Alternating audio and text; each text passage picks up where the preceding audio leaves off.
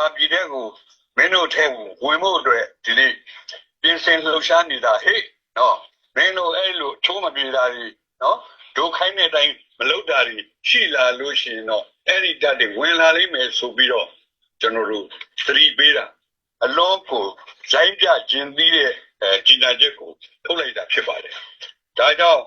TNL နဲ့ကိုမကျွလွန်တဲ့မှုတွေတရုတ်ကနေပြီးတော့ပြည်ထန်ချမယ်လို့ချင်းကြောက်လိုက်တာနဲ့ပတ်သက်လို့ကျွန်တော်တို့လက်ခံနိုင်စရာအကြောင်းမရှိပါဘူးနော်ဒါကကျွန်တော်တို့ပြည်တွင်းရေးပြဿနာဗျာသူလည်းဘာမှမဆိုင်ဘူးသူလည်းအဲ့တော့ဝင်ပြောစရာမလိုဘူးလို့ကျွန်တော်ကယူဆဒါကကျွန်တော်တို့အချုပ်ချာအာဏာပိုင်ဆိုင်တဲ့ကိစ္စဖြစ်တယ်နိုင်ငံတကာကသိရလားကြားကြရလားအဲ့ဒီကိစ္စကိုရောရေးဒီလက်ခံဆွေးနွေးကြမှာလားဆိုတော့ကျွန်တော်သိချင်တယ်ဟုတ်ကဲ့ဆရာဦးသန်းစိုးနိုင်ခင်ဗျာအခုတရုတ်နိုင်ငံပေါ့နော်ရွှေလီအမျိုးသားလုံခြုံရေးကော်မတီကနေပြီးတော့ဒီ TNL တန်းအဖွဲ့ကိုစာတစ်စောင်ပေးပို့ပါတယ်ဒါကတော့တန်းအဖွဲ့အနေနဲ့ရှမ်းမြောက်မှာရှိတဲ့စစ်စင်ရေးတွေတိုက်ပွဲတွေကိုရပ်ဖို့ပေါ့နော်သူတို့ကတတိပေးချက်ပုံစံမျိုးထွက်လာပါတယ် TNL ပြောခွင့်ရရောအထူးတွင်းရေးမှုရောသတင်းဌာနတွေကိုဒါဟုတ်မှန်ကြောင်းပြောထားတာရှိပါတယ်ဆိုတော့ဒီတတိပေးချက်ကတော်တော်လေးပြင်းထန်တာကိုလည်းတွေ့ရတယ်အဲ့တော့ပထမဆုံးအနေနဲ့ဒီရှမ်းမြောက်ဒေသပေါ့နော်တရုတ်နဲ့နယ်စပ်မှာအခုလိုမျိုးအရင်ကာလကြာရှည်နှစ်ပေါင်းများစွာတော့အခုလိုမျိုးလက်နက်ကင်အဖွဲ့တွေတော်လိုင်းအဖွဲ့တွေကိုတရုတ်ကအခုလိုတတိပေးစာမျိုးထုတ်ခဲ့ဘူးတာရှိလားဆရာအရင်တော့ကနော်အဲ့လိုကြီးညာချက်မျိုးမပေးရုံနဲ့မကဘူးမသိကြအောင်တော့စောင်းနေသေးတယ်ဘာလို့လဲဆိုတော့ကျွန်တော်တို့ဘာကပါဥဆောင်တဲ့တက်တွေကမူရှယ်ကိုနှစ်ကြိမ်တိုင်းကျွန်တော်သိမ့်ပိုက်ဖူးပါတယ်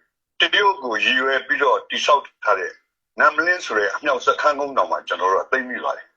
ဒါပေမဲ့အဲ့ဒီကကျွန်တော်တို့တက်တွေကနော်ဒီနမ်လင်းစခန်းမှာတရုတ်ပြည်ကိုဥတီထားတဲ့ကျွန်တော်155အမြောက်တွေကိုမကင်တွယ်တတ်လို့မလုပ်တတ်လို့တန်ရှင်းလာတာဒါပေမဲ့အဲ့ဒီကမူရှယ်ကိုတော့သိမ့်ထားပြီဗျာအဲ့ဒီကဩစတြေးလျလုံခြုံရေးတို့မြို့နယ်ကောင်စီတို့ကဘာမှနော်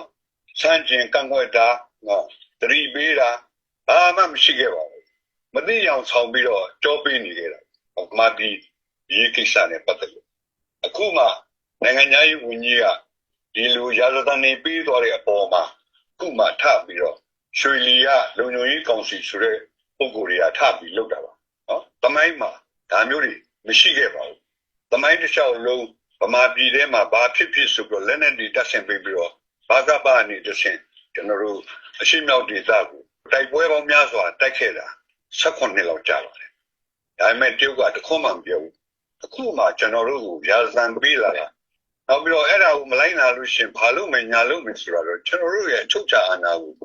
စော်ကားတာဖြစ်တယ်ဗျအဲ့ဒါကိုကျွန်တော်တို့ကငြိမ်းခံနေငုံခံနေလို့တော့မဖြစ်ဘူးလို့ကျွန်တော်ထင်တယ်ဗျရွှေလီအုပ်ချုပ်ရေးကောင်စီကပေးပို့လိုက်တဲ့စာကတကယ်ကတော့မူရှယ်ဘက်မှာရှိနေတဲ့တရုတ်ဒိုးစီဘွားတွေနဲ့တရုတ်ပြည်သားတွေရဲ့ဒိုးစီဘွားကိုမတိကြိုက်ဘူးအဲ့ဒီဒေသလုံခြုံအေးချမ်းမှုလိုတယ်လို့သူကပြောတာပါဒါပေမဲ့မူရှယ်မှာရောက်နေတဲ့တရုတ်နိုင်ငံသားတွေနဲ့တရုတ်ပြည်သူတွေရဲ့ဒိုးစီဘွားကို TNL ကဘာမှနှိတ်ခွတ်တာတားဆီးတာကန့်သတ်တာမလုပ်ပါဘူးဒါပေမဲ့သူတို့ကအဲ့ဓာတွေလုံးလို့မရဘူးနောက်ပြီးတော့ရှစ်ဖြစ်လို့မရဘူးပေါ့ဗျာသုံးတရားအဲ့လိုရှစ်ဖြစ်လာလို့ရှိရင်တော့ TNL ကိုသူတို့ကဆုံးမမယ်တားဆီးကန့်သတ်မယ်ဆိုတဲ့ကိစ္စတွေပြောလာတာပါ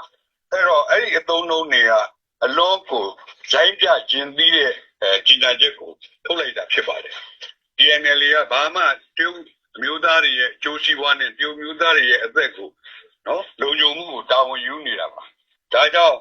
TNL နဲ့ကိုမကျွလွန်တဲ့မှုတွေတရုတ်ကနေပြီးတော့ပြည်ထန်ချမယ်လို့ချင်းကြောက်လိုက်တာနဲ့ပတ်သက်လို့ကျွန်တော်တို့လက်ခံနိုင်စရာအကြောင်းမရှိပါဘူး